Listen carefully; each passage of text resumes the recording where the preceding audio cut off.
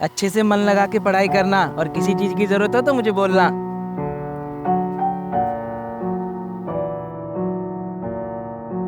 एक मिनट बेटा। एक बात बताओ, वो कौन है जो तुम्हें छोड़ने आई है? मैम वो मेरी मम्मी है। ठीक है, तुम अंदर जाओ।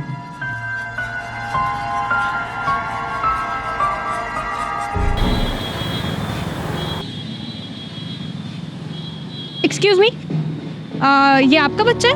हाँ, हम इसी के गार्डियन हैं, मतलब हम ही टेक केयर करते हैं इसकी। बताइए। मुझे आपको कुछ इन्फॉर्म करना था। हाँ जी बोलिए। कल से ना आप अपने बच्चे को स्कूल मत भेजिएगा। पर क्यों, कुछ है? मतलब छुट्टियां चल रही है या फिर कल से वेकेशन स्टार्ट होने वाला है, कुछ ऐसा है? हॉलीडे है क्या? देखिए, हमारे स्कूल में ना बहुत रेप्यूटेड फैमिली के बच्चे पढ़ते हैं। मैं नहीं चाहती कि हमारे उन बच्चों के साथ ये बच्चा पढ़े और वो बिगड़े। स्कूल से निकाल रहे हैं? क्यों, इसने कुछ गलती की क्या? आपको तो पता ही है कि ये किन लोगों के साथ रहता है।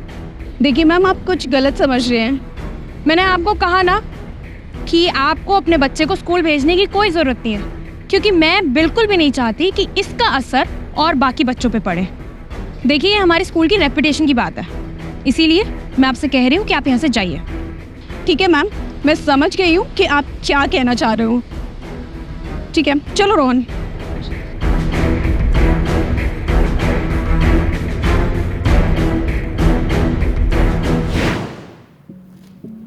अरे आ गया मेरा बच्चा, आजा। और क्या हुआ, उदास क्यों है तू? आपकी वजह से। मेरी वजह से? क्या हुआ बेटा, कुछ चाहिए था आपको? स्कूल से निकाल दिया इसे। स्कूल वालों ने निकाल दिया? लेकिन क्यों? ताई, मैंने कितनी बार बोला है आपको कि आप रोहन के साथ बाहर मत जाया करो। ताई, आप आज स्कूल छोड़ने गए थे ना रोहन को, वहाँ पे उसके स्कूल वालों ने आपके साथ रोहन को देख लिया है। आपको पता है कि उन्होंने क्या कहा है? हमारे स्कूल में रेपुटेटेड फैमिली के बच्चे पढ़ते हैं। वो इनडायरेक्ट वे में ये कहना चाह रहे थे कि किंडर का बच्चा हमारे स्कूल में नहीं पढ़ सकता। अच्छा, ऐसा बोला उन्होंने? तो ठीक है, कल मैं जाएगी इसके साथ स्कूल, और मैं देखती हूँ कि वो मेरे बच्चे को कैसे निकालते। ताई, बस अब मैं बताएगी इन लोगों को कि किन्नर का बच्चा पढ़ सकता है कि नहीं।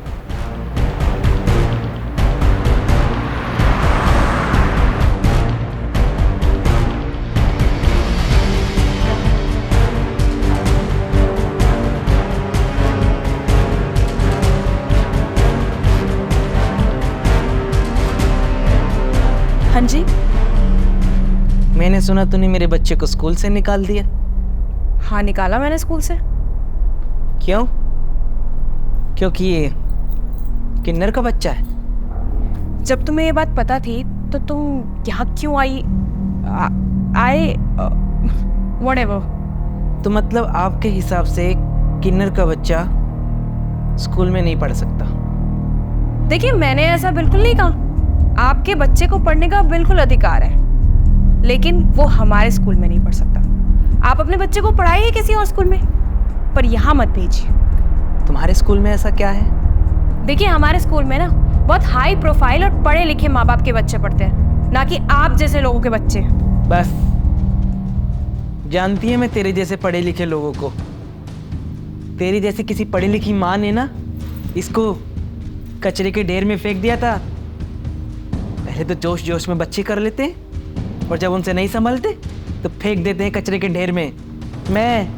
ये आशा ताई ये लेके आई इसको घर। मेरे समाज के लोगों ने इसे पाला परोसा, और आज जब मैंने इसे स्कूल भेजना चाहा तो तुमने कहा कि मेरा बच्चा स्कूल में शिक्षा ग्रहण नहीं कर सकता। क्यों? क्योंकि ये किन्नर का बच्चा है। हाँ?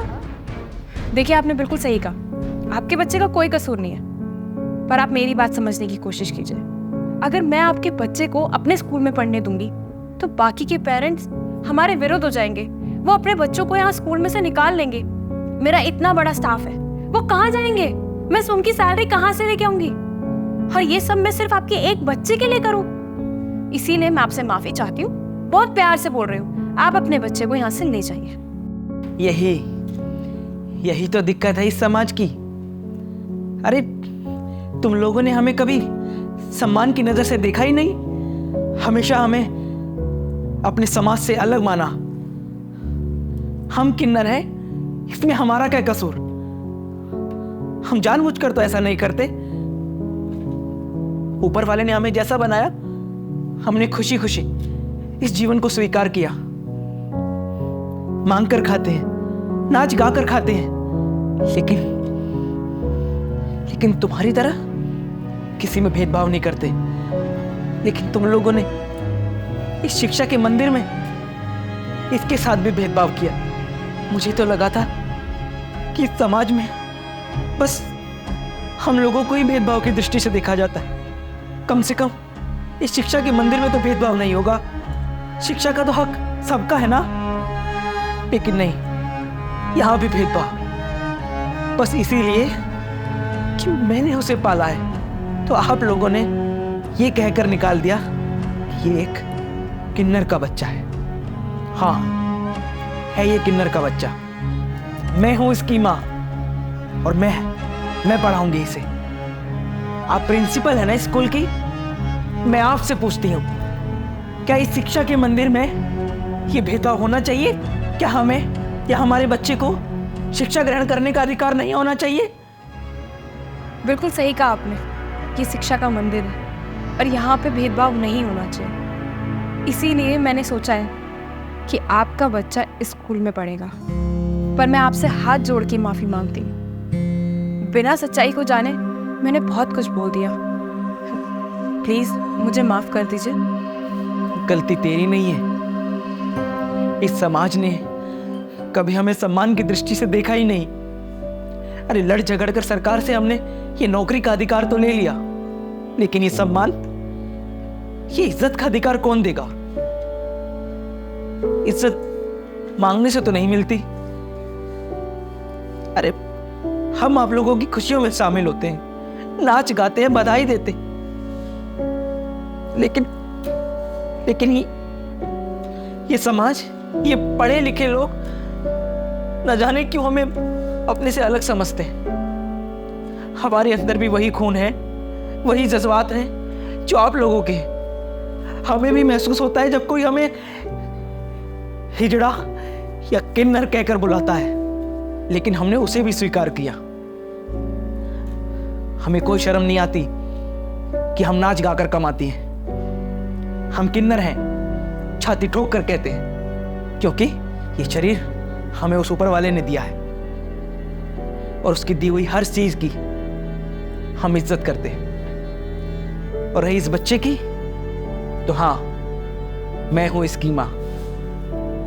इसे पढ़ाऊंगी, लिखाऊंगी और इस काबिल बनाऊंगी कि समाज को एक नई दिशा दे और सबको समान दृष्टि से देखे और उन्हें इज्जत भी दे। और मैं धन्यवाद तुम्हारा भी करना चाहती हूं कि कम से कम तुमने अपनी सोच को बदला,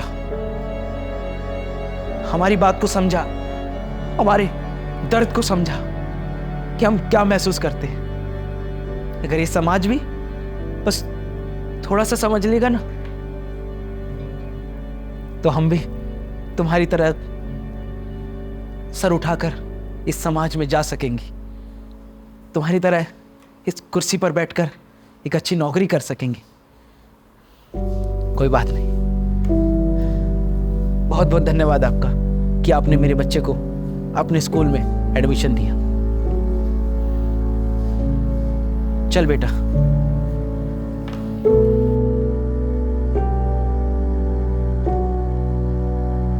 आप लोगों से भी रिक्वेस्ट है, जैसे हम इंसान हैं वैसे ये भी इंसान है। आज मेरी सोच बदल गई है, आप लोग भी अपनी सोच बदलिए ना। इन लोगों को भी खुशी से अपना जीवन व्यतीत करने का पूरा हक है। तो मैं आपसे भी रिक्वेस्ट करूंगी कि आप लोग इन्हें समाज में बराबरी का दर्जा दें।